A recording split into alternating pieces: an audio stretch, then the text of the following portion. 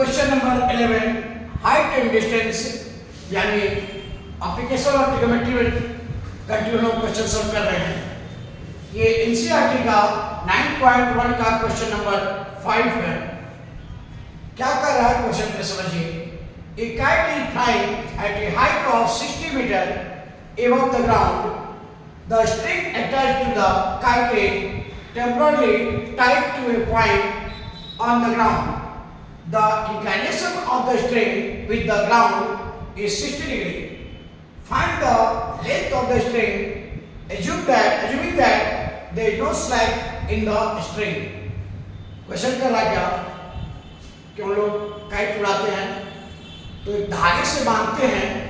वो धागा जब यहाँ पे उड़ाते हैं काइट को, जब धागा बांधते हैं तो कुछ धागा ऐसे आता है, उड़ाए हुए ऐसे आता है और यहाँ से लटाई से उड़ाते हैं। तो एक क्या कि ये ऐसे नहीं है। एज्यूम कीजिए कि ये टाइट बंधा हुआ है ग्राउंड से, यानी कहीं भी क्या है स्लैक झुका हुआ नहीं है, पूरा टाइट है। और ये पतंग उड़ रहा है, ये पतंग यहाँ पे ये ग्राउंड से यहाँ से टाइट बंधा हुआ है धागे से। और कितना ऊंचा उड़ रहा है? 60 मीटर हाइट उड़ रहा है। ये ए पॉइंट पे पतंग उड़ रहा है, ये बी ग्राउंड है और सी पॉइंट से धागा कंट्रोल किया जा रहा है उस पतंग को। सही है। अब देखते हैं find the end the inclination of the string with the ground is 60 degree. String ground के साथ कितना एंगल बना रहा है? 60 डिग्री में झुका हुआ है। डाउट नहीं यहाँ तक कितना है? 60 degree. Find the length of the string, यानी ये लेंथ जो है इसको फाइंड करना है। इसको मान लेते हैं हम लोग x। कितना इजी है, इतना बड़ा ड्रामा किया लैंग्वेज लिखकर, अब क्या मिला? इजी एक फिगर बना। तो मैं बार बार बोल रहा हूं कंसंट्रेशन के साथ और एक एक वर्ड को पढ़ना है। एनसीईआरटी का क्वेश्चन हो या किसी का भी क्वेश्चन हो, हाइट एंड डिस्टेंस में कंसंट्रेशन रखना है और एक एक वर्ड को पढ़ना है ध्यान से। और जितने टेक्निकल वर्ड है मैं इंट्रोडक्शन में क्लास में ऑलरेडी एक्सप्लेन कर दिया हूं, तो उसको रीड करके फिगर ड्रॉ करना है। जैसे फिगर आपका कंप्लीट हुआ 80% आप सॉल्व कर चुके हैं, 20% आपको कैलकुलेशन करना है। तो ये कहानी आपके साथ तो आप देख रहे हैं, ये इस एंगल के अकॉर्डिंग ये क्या है? परपेंडिकुलर है और दिस विल बी हाइपोटेनस है। और इसी को फाइंड करना है, एक गिवन है और एक फाइंड करना है। तो वो रिलेशन क्या होता है जिसमें P और H हो, यानी जो गिवन हो और जो फाइंड करना हो उसका रिलेशन क्या है? P और H क्या है? और किसमें P और H होता है? साइन में, साइन P by H, और कॉसेक में भी होता है। तो मैं पहले बता चुका हूं कि हम दोनों यूज कर सकते हैं, साइन भी यूज कर सकते हैं और कॉसेक भी यूज कर सकते हैं। तो देखते हैं क्या? In triangle ABC sine 60 degree equal to P क्या है? 60 मीटर और हाइपोटेनस क्या है? AC। तो साइन 60 का वैल्यू क्या होता है? √3/2 और साइन 60 के 60 दिया हुआ है, AC को क्या माने हैं? x। क्रॉस करेंगे अगर तो लिख सकते हैं x equal to 60 × 2 by √3। Doubt नहीं, यानी x इक्वल टू 120 बाई √3 और स्लाइड कर देते हैं किससे? √3 से। न्यूमरेटर में जब रूट हो तो स्लाइड कर सकते हैं, ये हर बार हम लोग देखे हैं। अब देखिए √3 3 ये जानते हैं हम लोग, √a × √a क्या हो जाता है? a। तो इसी तरह √3 क्या हो जाएगा? 3, यानी 120 × √3/3। तो क्या होगा? 4 3 12, इस क्या गया? 40 √3 मीटर। Therefore क्या लिख सकते हैं? क्या पूछा था? क्वेश्चन पढ़िए, क्या था? Give the ground point on the length of the string. Find the length of the string. तो लिख सकते हैं therefore length of the string, doubt इसमें, length of the string is कितना रहा? 40.3 मीटर। यही हम लोग का आंसर है। डाउट? ये क्वेश्चन नंबर 5 था 9.1, यानी सम ऑफ एप्लीकेशन ऑफ ट्रिगो का ये क्वेश्चन नंबर एक्सरसाइज का 5 था। क्या है आंसर? 40√3 मीटर। चलिए देखते हैं नेक्स्ट क्वेश्चन में 3। आइए देखते हैं next question, question number 12 NCERT का 9.1 एक्सरसाइज क्वेश्चन नंबर 6 है। अब एक्सरसाइज में और पढ़ने में दिक्कत हो रहा हो तो एनसीईआरटी का बुक खोलकर क्वेश्चन नंबर 6 पढ़िए, सेम वही क्वेश्चन है। करा क्या? 1.5 metre tall boy is standing at some distance from a 30 metre tall building. The angle of elevation from his eye to the top of the building increases from 30 degree to 60 degree as he walk towards the building. Find the distance he walk toward the building. Means क्या करा? एक लड़का है, कितना? 1.5 metre का toll लड़का, एक building उसके सामने में जो 30 मीटर लंबी है। ये लड़का है, उसके सामने बिल्डिंग है, अपने आंख से देखता है बिल्डिंग के टॉप पे एंगल ऑफ एलिवेशन बनाता है। कहां बनेगा? यहां। कितना? 30 डिग्री का। कितना? 30 डिग्री का। फिर क्या करता है? The angle of elevation from eye to the top of the building increases from 30 degree to 60 degree. अब क्या करता है? कुछ जो चलता है एंगल इंक्रीज कर जाता है, यहां से बनाता है कि कितना? 60 डिग्री का। बिल्डिंग की तरफ बढ़ता है तो फिर एंगल ऑफ एलिवेशन आता है, फिर टॉप पे कितना का? 60 डिग्री का। तो कर रहा है क्या? Find the distance he walk toward the building. कर रहा है कितना ये बिल्डिंग की तरफ बढ़ा, ये फाइंड करना है। देखिए ध्यान से, एक बिल्डिंग है 30 मीटर हाइट में और एक लड़का है 1.5 मीटर हाइट का। अपने आंख से देखता है, सभी लोग आंखें से देखते हैं, लड़का भी आंखें से देखता है। तो यहां से क्या देखता है? बिल्डिंग के टॉप पे देखता है तो एंगल ऑफ एलिवेशन बनाता है। कहां पे? यहां पे। कितना? 30 डिग्री का। फिर कुछ आगे बढ़ता है तो और से आप कहीं भी बिल्डिंग की तरफ बढ़िएगा, टावर की तरफ बढ़िएगा तो और सीन उठाना पड़ेगा, यानी एंगल क्या होगा? और बढ़ते जाएगा। बिल्डिंग से दूर जाइए या किसी ऑब्जेक्ट से दूर जाइए, एंगल घटता जाएगा और बिल्डिंग के पास उसकी तरफ बढ़िएगा, ऑब्जेक्ट की तरफ बढ़िएगा तो क्या होगा? एंगल और बढ़ता जाएगा अगर आपसे ऊंचा है। होगा ऐसा ही। इसी तरह क्या हो गया? 30 क्या हो जाएगा? 60। आखिर कितना उधर चला था बिल्डिंग की तरफ, एंगल हो गया 60 डिग्री। यही फाइंड करना है। और ये 1.5 है, ये भी क्या हो जाएगा? 1.5। तो सिर्फ 30 क्या था? यहां से लेकर यहां तक था। ये क्या हो जाएगा? 48.5।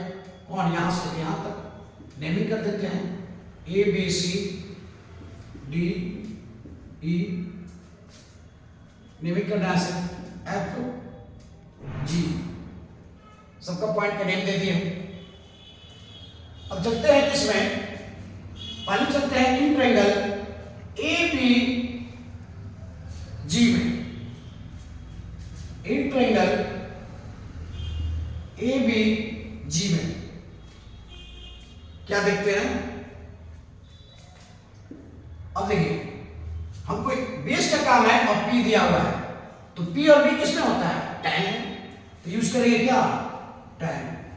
tan 60 इक्वल टू, हमको इससे कोई मतलब नहीं है हाइपोटेनस से, तो tan 60 equal to P by B. P क्या है 28.5 और B क्या है मुझे नहीं मालूम, इसको मान लेते हैं y। ये y के भी क्या हो जाएगा y, ये x के भी क्या हो जाता है x, तो निकाल लेते हैं क्या हो गया y। tan 60 की वैल्यू क्या होता है √3, कितना होता है √3 इक्वल टू 28.5 y। यहाँ तो कोई दिक्कत नहीं, तो y को क्या लिख सकते हैं 28.5 बाई √3, इक्वेशन नंबर 1। अब चलते हैं एक ट्रायंगल, हम एबीसी में क्यों गए, ताकि मुझे जब पूरे बड़े वाले ट्रायंगल में जाए तो हमको ये मालूम रहे, इसलिए गए थे। अब चलते हैं एक ट्रायंगल एबीएफ में, अभी थे एबीजी में, अब चलते हैं एबीएफ में। ध्यान रखिएगा ये जी है, इसको कह रहे हैं क्या जी, ये है क्या एफ, कोई दिक्कत नहीं। ये ई है, ये डी है, ये सी है। नेवी पे ध्यान रखिएगा, अगर नेवी पे दिक्कत होगा तो दिक्कत हो जाएगा, कंफ्यूजन आपको। ये जी है, पुट आउट नहीं इसमें। तब चलते हैं ट्रायंगल ए बी एफ में, वही कहानी क्या लिख सकते हैं tan 30 equal to P by B. कोई दिक्कत यहाँ पे, tan है, tan 30 equal to P by B. P क्या है 28.5 और B क्या है यहां से लेकर यहां तक, यानी क्या x प्लस वाई लिख सकते हैं, यही बेस है ना, विदाउट बेस में। अरे जो यहां चलेंगे वही नीचे भी चलेंगे, तो हम ये फाइंड करें या ये फाइंड करें, एक ही बात है। तो tan 30 वैल्यू क्या होता है 1 बाई √3, यहाँ क्या है 28.5 बाई x प्लस वाई, कोई दिक्कत नहीं, x प्लस वाई। दिक्कत हो तो बोलिएगा, x plus y. Cross multiplication करते हैं तो लिख सकते हैं x plus y equal to 28.5 √3। सही था, x प्लस वाई क्या आया 28.5 √3, और y की वैल्यू पहले निकाले हुए हैं, लिख सकते हैं इसको क्या इक्वेशन 2। तो लिखते हैं पुट द वैल्यू ऑफ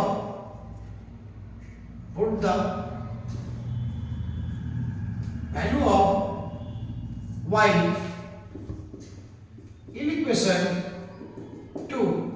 जो y की वैल्यू निकाले हैं वो रख देते हैं कहां पे इक्वेशन 2 में, तो लिख सकते हैं x प्लस y की जगह क्या 28.5 बाई √3 इक्वल टू 28.5 √3। को डाउट नहीं, तो x इक्वल टू लिख सकते हैं 28.5 √3 माइनस 28.5 बाई √3, तो कोई दिक्कत नहीं, बाई √3 किसको दिक्कत नहीं हो सकता। अब इसको सिंप्लीफाई करते हैं तो क्या देखते हैं, दोनों में क्या कॉमन है 28.5, यहां क्या बचा √3, तो √3 3 माइनस 1 अब आई √3। को डाउट, इससे कोई दिक्कत नहीं हो सकता। तो हम ऐसे भी लिख सकते हैं यहां से क्या 28.5 3 माइनस 1 2 बाई √3, कोई दिक्कत नहीं। तो 28.5 2 बाई √3 इंटू √3 बाई √3, रेशनलाइज कर देंगे किससे √3 से। तो √3 क्या हो सकता है, तो 28.5 इंटू 2 से मल्टीप्लाई करेंगे तो क्या आ जाता 57, 28.5 टू जा 57 इंटू √3 और √3 3 ये बताए हैं, टेबल पर 93 जा 57 यानी क्या आया 19√3 क्या मीटर। किसका वैल्यू है? एक्स का वैल्यू है। एक्स किसको माने थे? ये जो डिस्टेंस कवर किया था, तो लिख सकते हैं therefore the distance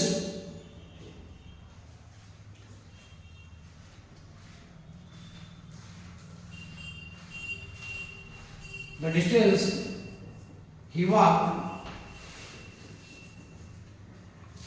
towards the building is कितना गया है? 90√3 मीटर। 90√3 मीटर, यानी जो बिल्डिंग पूछा था, ये क्वेश्चन यहां से यहां तक लिख दीजिए। The building, the distance he walk toward the building is कितना? 90√3। जो क्वेश्चन कर दो उसी के लैंग्वेज में यहां लिख दिए। आंसर हो गया क्या? 19√3 मीटर। कोई दिक्कत नहीं, इजी क्वेश्चन था। पहले हम लोग इस ट्रायंगल में चले, फिर बड़े वाले ट्रायंगल में चले, y निकाल लिए ताकि x निकालने में प्रॉब्लम ना हो, और सॉल्व कर दिया। टोटल हाइट था 30, 1.5 बच्चे का हाइट था तो माइनस कर लिया, ये कितना बच गया? 28.5। ये इसका फाइनल रिजल्ट हुआ 19√3 मीटर। इस बार इसलिए कितना दूर चला था? ई से डी गया था कितना? 19√3 मीटर। चलिए देखते हैं नेक्स्ट क्वेश्चन। आइए देखते हैं नेक्स्ट क्वेश्चन, क्वेश्चन नंबर 13, जो एनसीईआरटी का क्वेश्चन है। 9.1 का क्वेश्चन नंबर ये 7 है।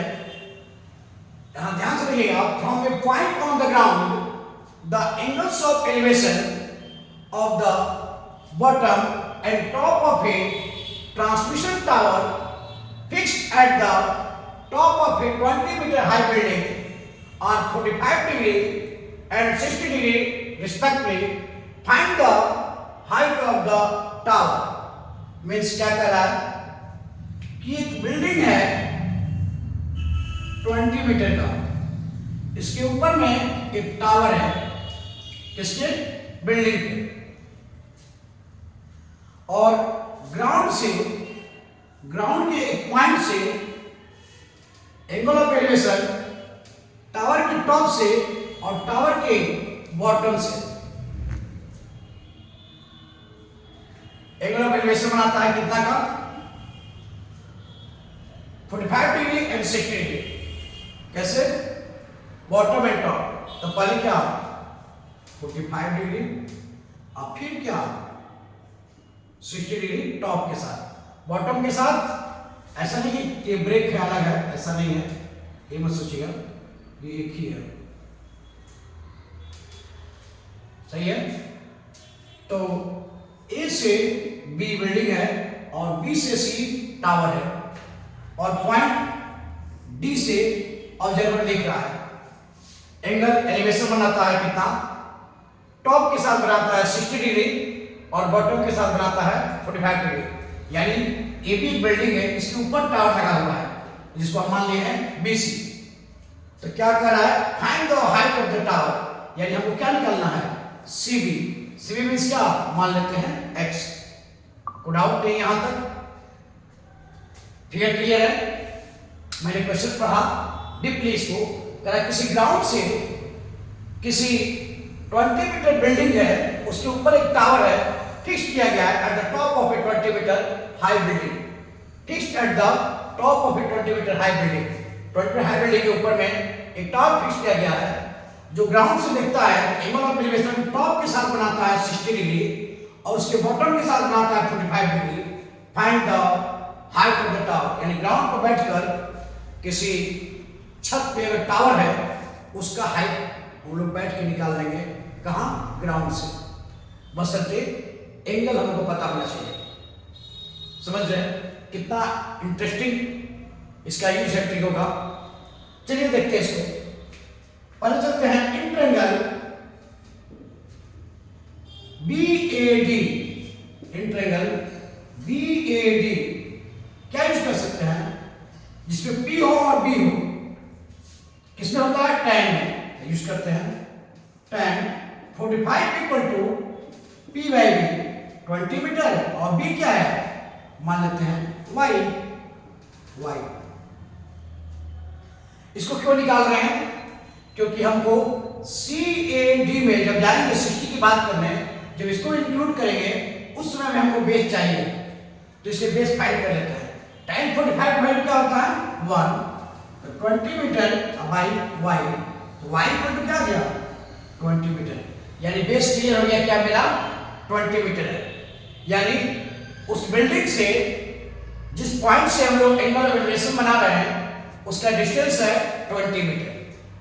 अब चलते हैं किसमें बाबू, इन ट्रायंगल, किसमें, अब बड़े बड़े ट्रायंगल में चलते हैं, इन ट्रायंगल CAD, इसमें CAD, इन ट्रायंगल CAD क्या लिख सकते हैं, फिर tan लेते हैं क्योंकि अब P और B का काम है, तो फिर तो tan इस पर कितना एंगल बन रहा है टॉप के साथ 60 डिग्री का, तो tan 60 डिग्री इक्वल टू, कोई दिक्कत नहीं है degree, tan 60 equal to P by B, P कौन होगा, यहां से लेकर यहां तक, यहां लिख सकते हैं x plus 20 by B y, doubt नहीं। tan 60 का वैल्यू क्या होता है, tan 60 का वैल्यू हम लोग जानते हैं पहले से, √3 होता है, x प्लस 20, कोई दिक्कत दिखाई दे रही होगी, x प्लस 20 बाई y है, सही है। y की वैल्यू निकाल चुके हैं हम लोग, कितना निकाले हैं 20 मीटर, यहां रख दिए 20 मीटर। क्रॉस करते हैं, क्रॉस करेंगे तो क्या हो जाएगा 20√3 इक्वल टू, इधर क्या बचा x प्लस 20, कोई डाउट नहीं। देयरफॉर x इक्वल क्या लिख सकते हैं 20√3 माइनस 20, दोनों में क्या कॉमन है 20, तो क्या कॉमन यहां बच जाएगा √3 माइनस 1, यानी x इक्वल क्या गया 20 इंटू √3 माइनस 1 मीटर, इसलिए लिखेंगे देयरफॉर द क्या height of the height of the tower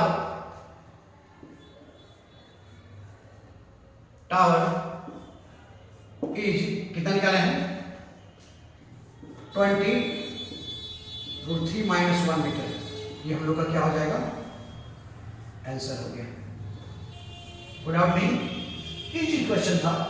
ये क्वेश्चन नंबर 7 है एनसीईआरटी का। चलिए देखते हैं नेक्स्ट क्वेश्चन, आइए देखते हैं क्वेश्चन नंबर 14, और एनसीईआरटी की बड़ी बात करें तो 9.1 का क्वेश्चन नंबर 8 है एक्सरसाइज का, और पढ़ने में दिक्कत हो रही होगी तो आप बुक खोलकर क्वेश्चन नंबर 8 देखिए, 9.1 का वही क्वेश्चन है।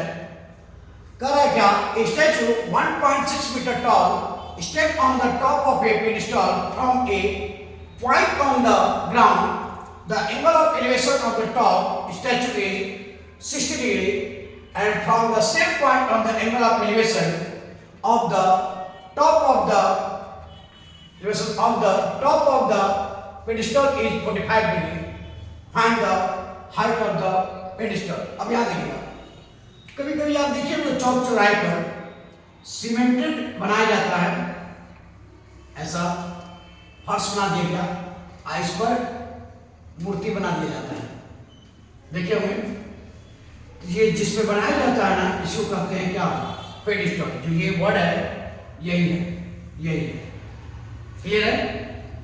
इसी का हाइट वो पूछ रहा है कि कितना ऊंचा है, और इस पे जो मूर्ति है, जो स्टैचू है, उसका हाइट क्वेश्चन में बता दिया। तो एक ग्राउंड से ये बनाता है, इसके टॉप से एलिवेशन और फिर इसके बॉटम से एलिवेशन, सही है। इसी चीज को हम लोग समझेंगे फिगर में।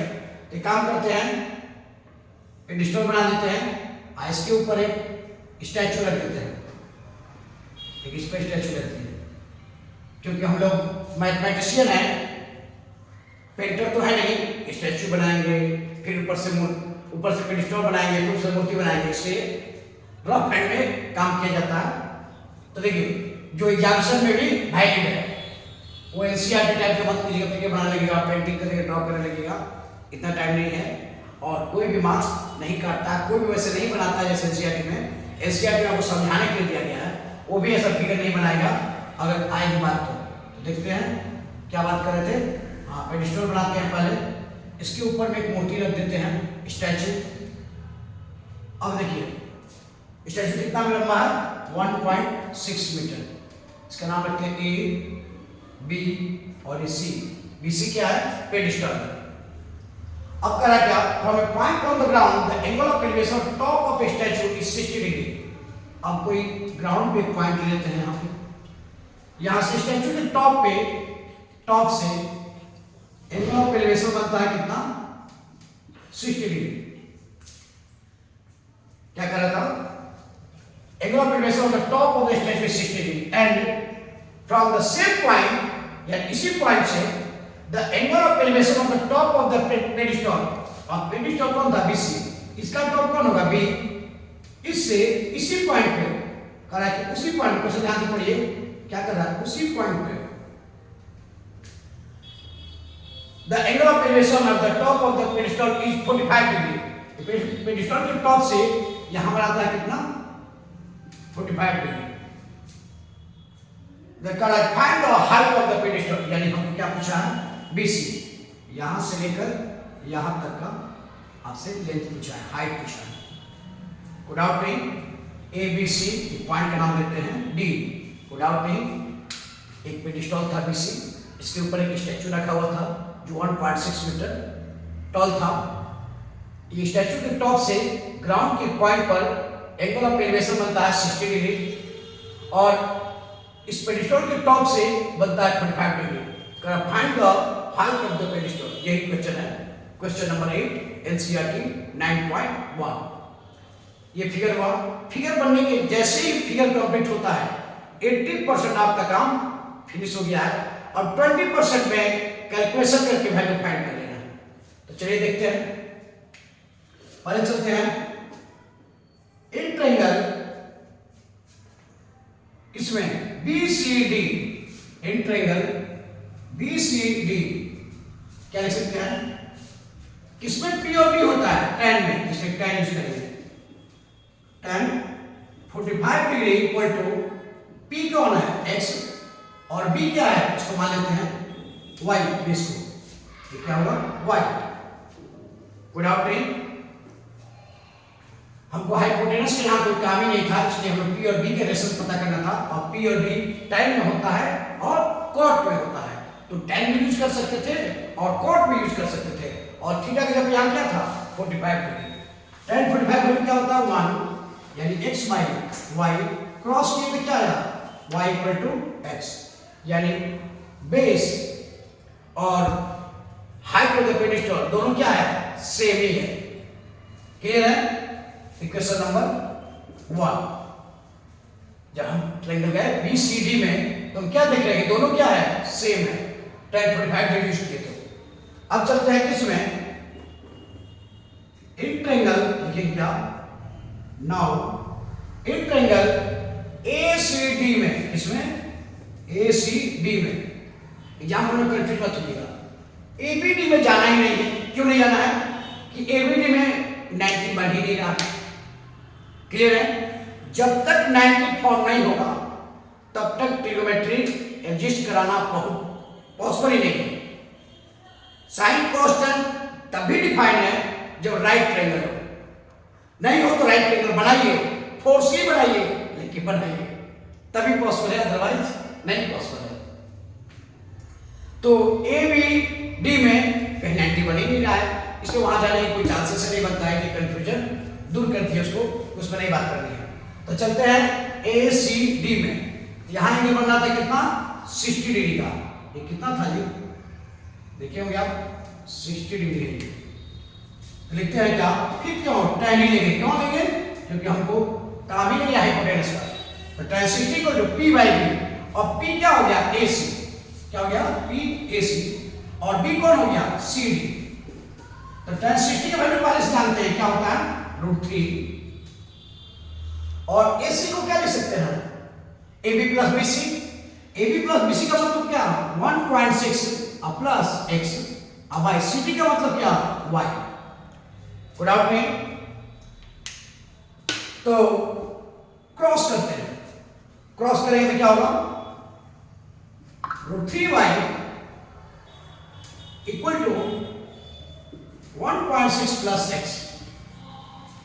अब याद देखिए x और y क्या है? दोनों इक्वल है, तो लिख सकते हैं √3 into x equal to 1.6 plus x। कैसे? यानी कि hence x equal to y। तब याद देखिए तो √3 x minus x equal to 1.6, दोनों में क्या कॉमन है? x। ये क्या आया? √3 माइनस 1 इक्वल टू 1.6। कोई डाउट नहीं?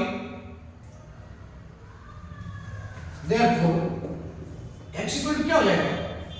1.6 बाई √3 माइनस 1। रेशनलाइज हो जाते हैं, तो इसे लिख सकते हैं x इक्वल टू 1.6 √3 माइनस 1। तो रेशनलाइज करें किससे? प्लस से। माइनस होता है तो प्लस से, या प्लस होता है तो माइनस से। मान लीजिए √2 प्लस 1 किसे करते हैं? √2 माइनस 1 और √2 माइनस 1 9th क्लास में पढ़े हैं रेशनलाइज करना। और यहाँ माइनस रहता है तो प्लस से करते हैं, और प्लस रहता है तो माइनस से करते हैं। तो यहाँ क्या आ जाएगा? 1.6 into √3 plus 1 a minus b into a plus b. A minus b into a plus b क्या होता है? A square minus b square. ये कंसेप्ट होगा a minus b into a plus b क्या हो जाता है? A square minus b square. ठीक है, उसी तरह a minus b into a plus b. A square यानी क्या? √3 के स्क्वायर। अब बी स्क्वायर मतलब क्या? 1 के स्क्वायर। तो 1.6 √3 प्लस 1, √3 के स्क्वायर 3 माइनस 1। ये पढ़े हम लोग, रूट अंडर ए का होल स्क्वायर हो, या रूट अंडर ए का अंडर में स्क्वायर हो, या रूट अंडर ए इंटू रूट अंडर ए हो, हमेशा क्या होता है? ए। तो √3 के स्क्वायर क्या आ जाएगा? 3 माइनस 1। तो लिख सकते हैं 1.6 इंटू √3 प्लस 1 क्या लिखेगा? √3 प्लस 1 अब बाई 3 माइनस 1 2। तो 0.82 या 1.6 कैंसिल। तो क्या है मेरे पास? 0.8 √3 प्लस 1 मीटर। ये आया। किसका वैल्यू है? x का वैल्यू है। लिखेंगे देयरफॉर क्या? द, यही कॉपी कर लीजिए, height of the pedestal is कितना निकाला है? 0.8 इंटू √3 प्लस 1 क्या? लीटर की केजी? मीटर। ये मेरा क्या होगा? आंसर हो गया। सही है? 0.8 into √3 plus 1 metre. Good out. ये था क्वेश्चन नंबर 8 एनसीईआरटी का। फिर मिलेंगे नेक्स्ट वीडियो में। जय हिंद।